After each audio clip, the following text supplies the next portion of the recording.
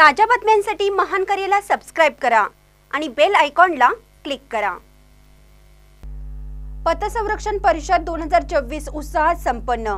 10 February रोजी जिल्हाधिकारी कार्यालयावर सहकारी बँका पतसंस्थांचा मोर्चा। सामान्य माणसांचा आर्थिक नड निघावी यासाठी सहकारी तत्वावर बँका व पतसंस्था कार्यरत आहेत।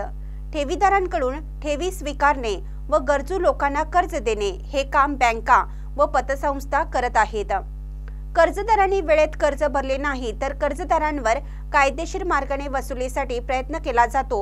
मात्र बुडवे कर्जदारांनी गुंडगिरी करत वसुलीसाठी केलेले अधिकारी कर्मचाऱ्यांना मारहाण करण्यात येत आहेत।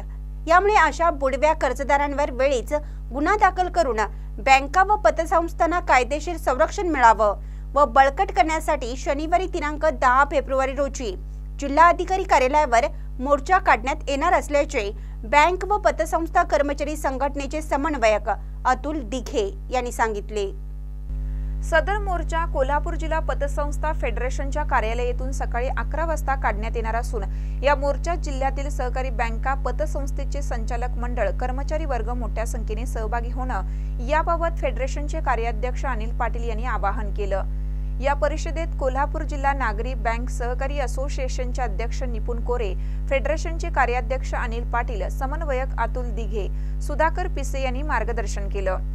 यावेळी संघटित गुन्हेगारी व गुंडगिरीच्या निषेधाचा व जनजागृतीचा ठराव, संस्थांना गुंडगिरीपासून वाचवा, गरिबीला सावकारीपासून वाचवा यासाठी शासकीय यंत्रणेच्या सहकार्याचा ठराव, सावकारी विरोधी लढ्याचा भाग म्हणून पतसंस्थांना सक्षम करा, सर्वसमावेशक पतसंस्था तयार करा, सहकार्याचा ठराव व गुंडगिरी करणाऱ्या कर्जदारांवर कायदेशीर कारवाई करण्याचे ठराव असे महत्त्वाचे ठराव मंजूर करण्यात आले।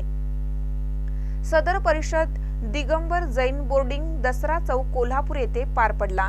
या कार्यक्रमात शांताराम भिंगुर्डे, रंगराव पाटील, रंगराव शेळके, आल्लापक्ष मुल्ला, रमेश कुमार मिठारे, अनिल रेंदाळकर, जिल्ह्यातील बँक असोसिएशन, पतसंस्था कर्मचारी संघटना, वसुली अधिकारी संघटना, बँक व पतसंस्थेचे चेअरमन, व्हाईस चेअरमन, संचालक, कर्मचारी वर्ग उपस्थित होते।